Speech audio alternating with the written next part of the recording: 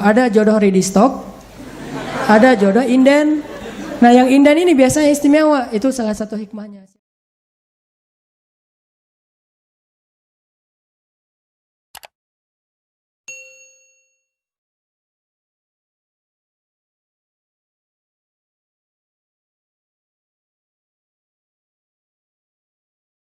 Banyak hal yang kita sebut sekarang musibah, besok kita bilang itu sebuah nikmat. Angle-nya doang yang berbeda. Tinggal kita yakin gak sama Allah Subhanahu wa Ta'ala. Jadi bisa jadi hari ini ditolak atau hari ini diputusin, suatu saat kita mensyukuri keputusan itu. Alhamdulillah saya diputusin, itu disyukurin. Kenapa? Gara-gara diputusin, akhirnya dia menikah dengan orang yang lebih baik daripada kita. Syukur kan? Namanya cinta sejati. Gimana? Harus syukur. Alhamdulillah dia dapat yang lebih layak daripada saya. Dan saya mah nggak dapat sampai sekarang misalnya. Ya nggak apa-apa. Kayak Julaibib ya. Tunggu aja di masjid. Kan nggak enak banget awalnya tuh. Gimana kita menganggap diputusin itu nikmat? Apalagi diputusin dengan bahasa kita adik kakak aja ya. Kan berat ya. Nggak enak kalau kayak gitu teh. Cuman nanti suatu saat kita akan mensyukuri nikmat itu. Kayak banyak orang yang ngerasa kok saya ngeband udah sekian lama tapi nggak ada yang masuk ke dapur rekaman sampai dia bikin kayak semacam sponsor me kan. Dia ngeband terus bikin arrangement lagu, dia posting di YouTube, diupload di YouTube supaya ada yang sponsor. Ternyata nggak muncul. Anak skate dia ngetrik tapi nggak ada yang jadiin dia brand ambassador brand tertentu. Akhirnya dia upload di YouTube ngetrik kickflip yang model baru apa gitu mungkin atau no comply gitu, dia nggak ngetrik tapi bisa terbang-terbang, berharap ada yang sponsor, ternyata belum. Apa yang hari ini kita anggap sesuatu yang kayak kekalahan, satu musibah, satu kesulitan, suatu hari nanti ketika kita paham, kita akan mengatakan itu nikmat dengan satu syarat. Gimana pun kondisi yang kita alamin sekarang, jangan keluar dari jalur yang Allah ridhoi. Itu aja syaratnya. Makanya kan saya bikin tagline banyak main, banyak manfaat. Saya nggak berani bilang nggak punya dosa karena itu namanya tazkiyatun mentazkiyah diri sendiri.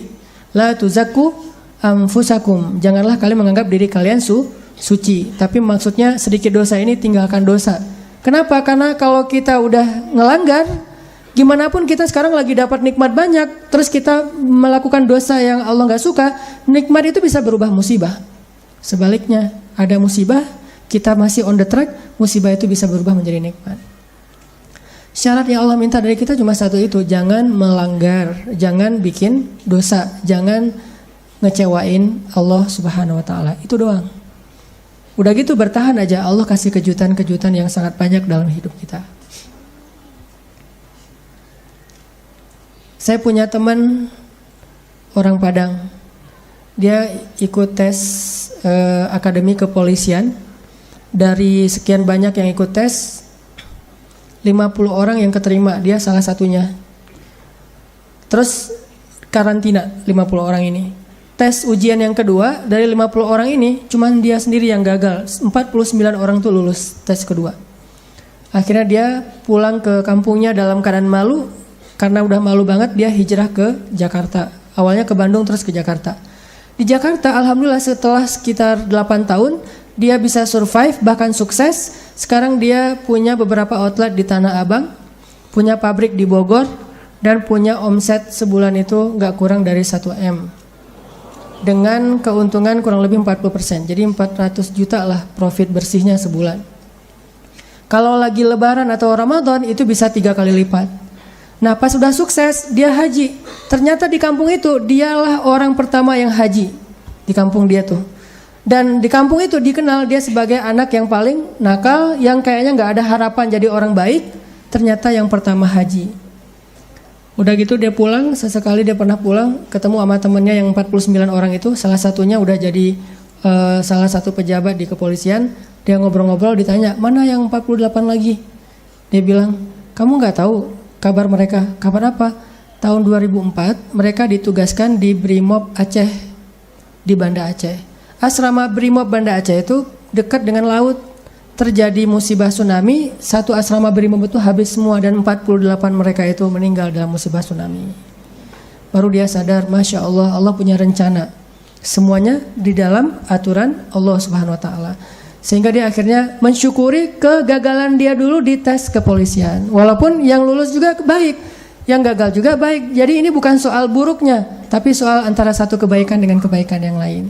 Yang lulus baik, yang ternyata nggak lulus juga, Allah simpan kebaikan dengan cara yang lain.